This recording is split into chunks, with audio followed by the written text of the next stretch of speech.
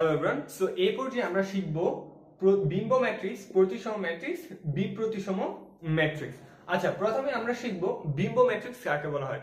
যখন একটি ম্যাট্রিক্সের আমরা রো কে কলাম এবং কলামকে রোতে রূপান্তরিত করি, তখন সেই ম্যাট্রিক্সটি কি হয়?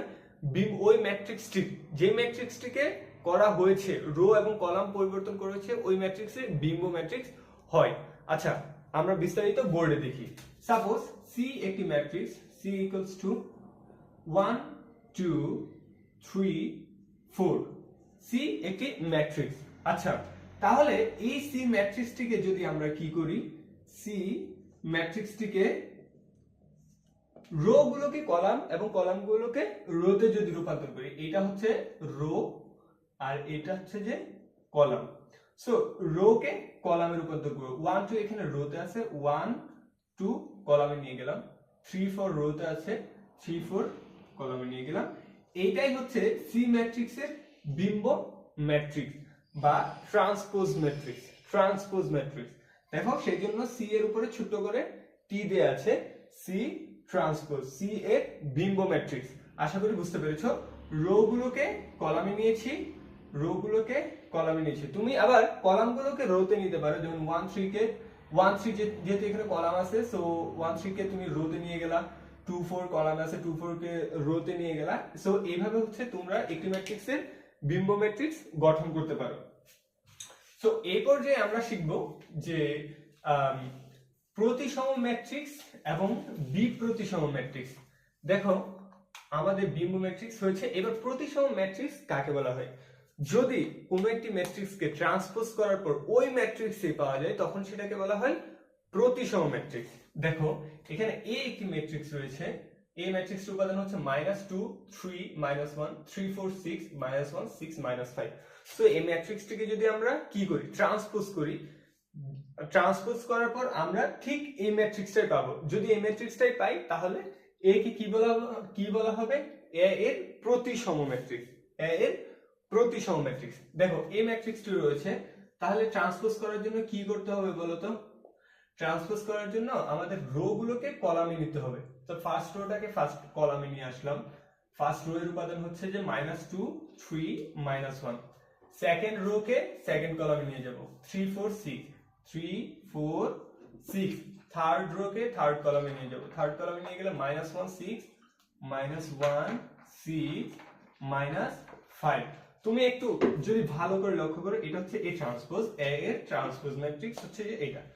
সো এখন ভালো করে লক্ষ্য করে দেখো, এখানে যে উপাদানগুলো রয়েছে চিহ্ন সহ, কিন্তু এখানেও সেম উপাদান রয়েছে, এখানেও সেম, এখানেও সেম, থার্ড রোতেও সেম, এখানেও থার্ড রোতে সেম। এখন তাহলে আমরা দেখতে পাচ্ছি কি, এ কে ট্রান্সপোজ করার পর আমরা এ ট্রান্সপোজ যেটা পেয়েছি, এ এর প্রতিবিম্ব বিম্ব ম্যাট্রিক্স যেটা পেয়েছি, সেটা হচ্ছে যে এ এর প্রতিবিম্ব। এ এর বিম্ব ম্যাট্রিক্স যেটা পেয়েছি, সেটা এ এর প্রতিবিম্ব।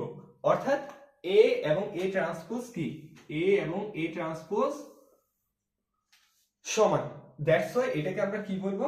প্রতিসম ম্যাট্রিক্স। কি বলবো? প্রতিসম ম্যাট্রিক্স। আশা করি বুঝতে পেরেছো। তো এই পর্যায়ে আমরা শিখবো, যেহেতু প্রতিসম ম্যাট্রিক্স আমাদের শেষ, এবার আমরা শিখবো বিপ্রতিসম ম্যাট্রিক্স কাকে বলা হয়। আচ্ছা, বিপ্রতিসম ম্যাট্রিক্স বলা হয় ওই ম্যাট্রিক্সকে যখন আমরা কোনো ম্যাট্রিক্সে যখন কোনো ম্যাট্রিক্সকে আমরা বিম্ব ম্যাট্রিক্সে রূপান্তর করার পর ওই ম্যাট্রিক্সের সামনে একটি নেগেটিভ চিহ্ন চলে আসবে, তখন সেটাকে আমরা কি বলবো? বিপ্রতিসম ম্যাট্রিক্স। নেগেটিভ চিহ্ন বলতে আমি বুঝাচ্ছি যে, ধরো এখানে বি একটি ম্যাট্রিক্স, তাহলে বিপ্রতিসম কখন হবে? যখন B is equals to B transpose.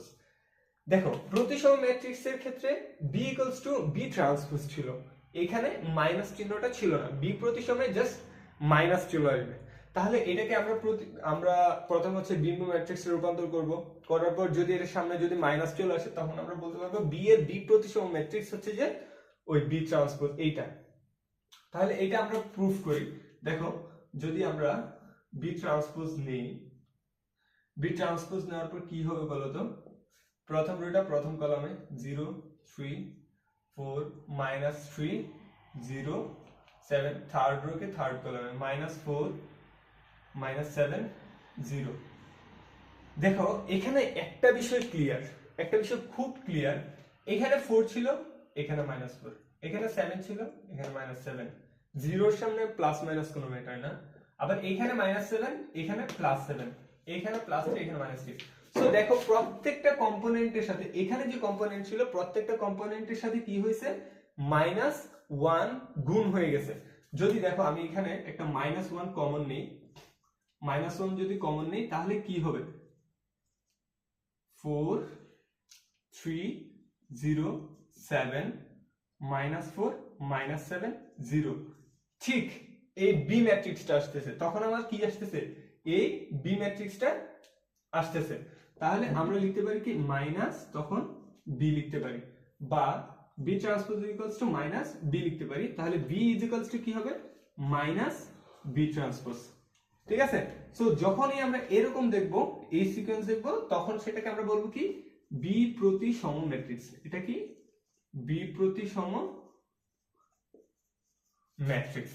ওকে, তাহলে আমাদের এই হচ্ছে যে বি প্রতিসম